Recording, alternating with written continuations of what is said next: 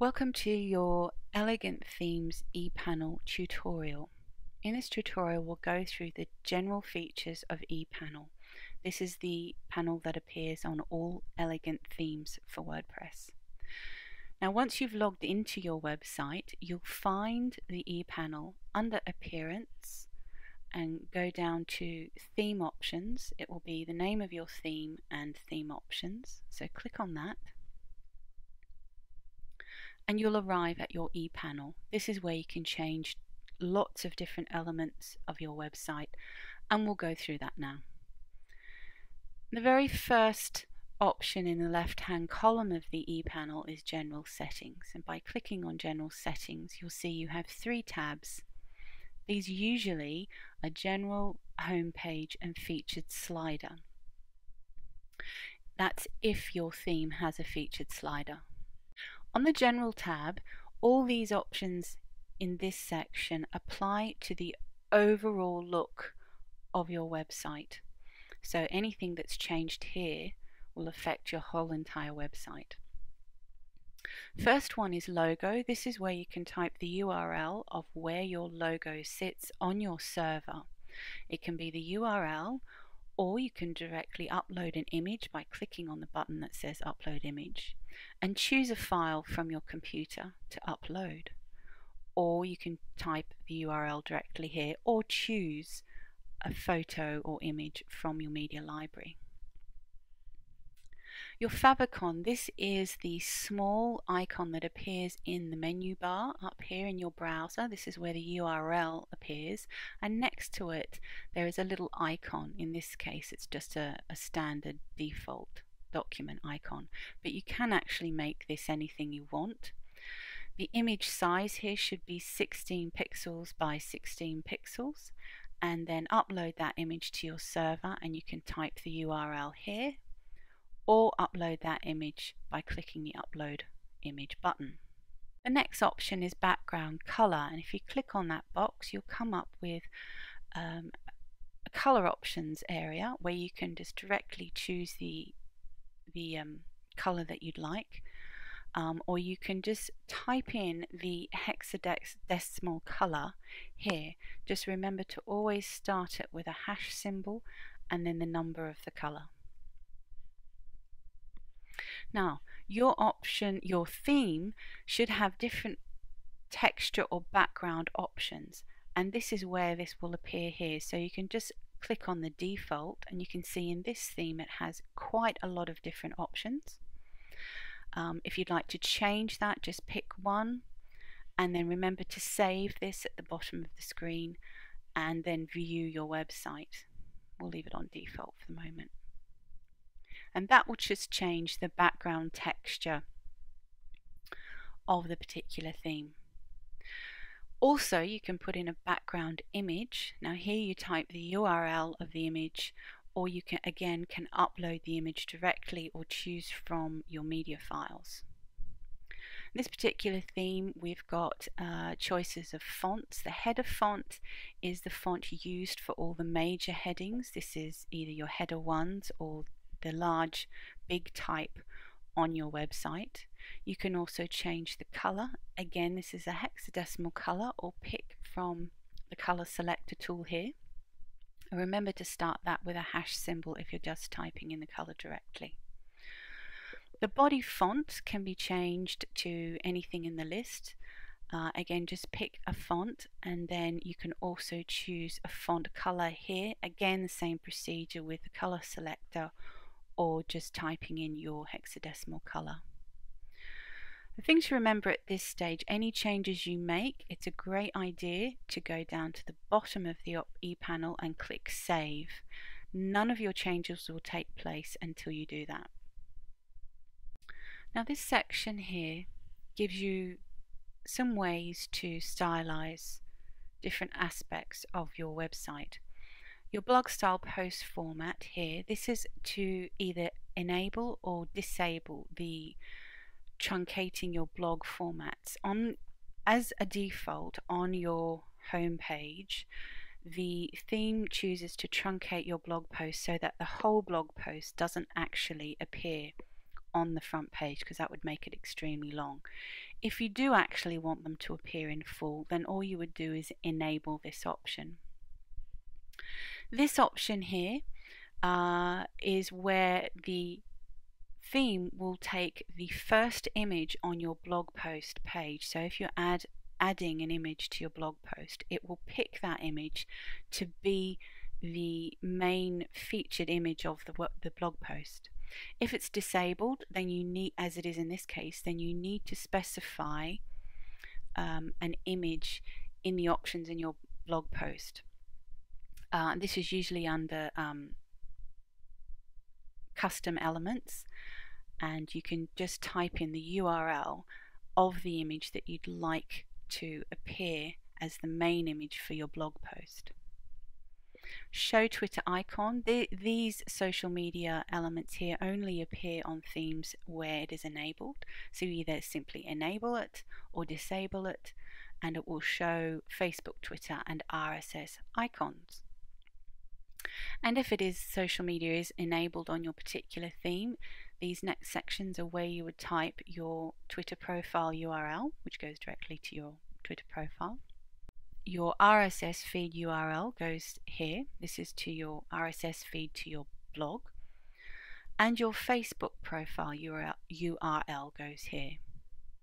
Next options simply determine how many blog posts will appear on each category page, how many blog posts appear on each archive page, how many blog posts appear in the search results when visitors search on your website, and how many blog posts appear on tag pages. If you're not sure about any of these, just leave them as default. This next section is the date format. This just determines how your date appears on your website. So for example, this is the month, the day, and the year, which is an American way of stating the date. If you want to change that to a more European or British, you just change this to J and leave the M and then take that out there, and that will appear as day, month, and year. This next section here is use X for excerpt when defined. This is only applicable to specific themes and different elements of WordPress where the theme will capture a certain section of your blog post and use that to appear on that page. Usually this is disabled, but if you know about excerpts, then you can just enable that here. Show control panel. This should always be enabled, otherwise this EPanel won't appear, so leave that as is. Responsive layout and responsive shortcodes. Responsive layout, if your theme does have a responsive layout, for example with mobile devices, then you can enable that here. If it's causing problems, then disable it. Responsive shortcodes is the same thing, except it focuses on shortcodes which you can use in your design of the websites. And as I say, any changes you make on this screen, just click Save. Otherwise, those changes won't take place. Now the next section we're going to is Homepage. So we go back up to the top and click on the Homepage tab. The Homepage tab is specific to each theme, and these elements tend to vary a little, but the general overall idea remains the same.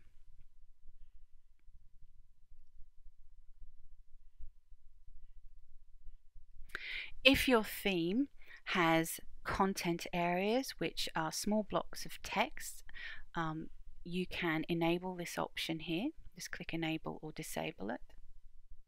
If your theme has a media section, such as in this particular theme, you can enable or disable it here. If your theme has a homepage quote, you can enable it or disable it here. And below, we just then add in these elements. So if you have a quote line, you have an option of changing that here. If it has a second line, that will appear next. So you just type in what you want to appear there. And if you do have small blocks of text, which are content areas on your website, then you can select from the different pages or posts here. So whatever you select here will appear on the home page in those content areas. The thing to remember about the content areas is if it's a full page that you're wanting to select, remember to go into that page or post and put the more line, the separator line function where you want it to cut off. Otherwise, the whole page or whole post will appear on the home page. If you have a media bar option, you can set the number of posts that display, and you can select which categories do not appear in the media bar, so you can be very selective about which categories that it picks up and displays on the home page. If you have a recent post displayed on the home page, you can select how many posts are displayed here, and below you can select which categories it will not include on the recent posts. And remember to click Save to make sure the options you've changed take effect. And lastly, in the general settings is the featured slider. If your theme has a featured slider, you can change the elements of it here. The first one, you can either display the feature slider or not by clicking the Enable button. The duplicate featured articles is where your most recent featured posts will also appear in your featured articles in the slider, and this can sometimes cause duplicate issues. This is where you can either enable or disable it depending on if you're having any issues with that. If your slider has different effects, you can choose from the drop-down list here. You can also choose the featured category. Usually with elegant themes, it's a good idea to have a category called featured. Make sure that you choose that category here. Next, you can choose how many featured slides appear in the slider. And then here you can also use pages instead of posts. If you click this, make sure it's enabled, and then below you can choose particular pages that will appear in your slider. Below that, you can choose to automate the slider animation or disable it. And lastly, you can choose the speed here at how fast it rotates. The greater the number, the slower the slider will work. And remember to save all your options here to take effect. So that's a general overview of the general settings in EPanel, and we'll look at navigation in the next video.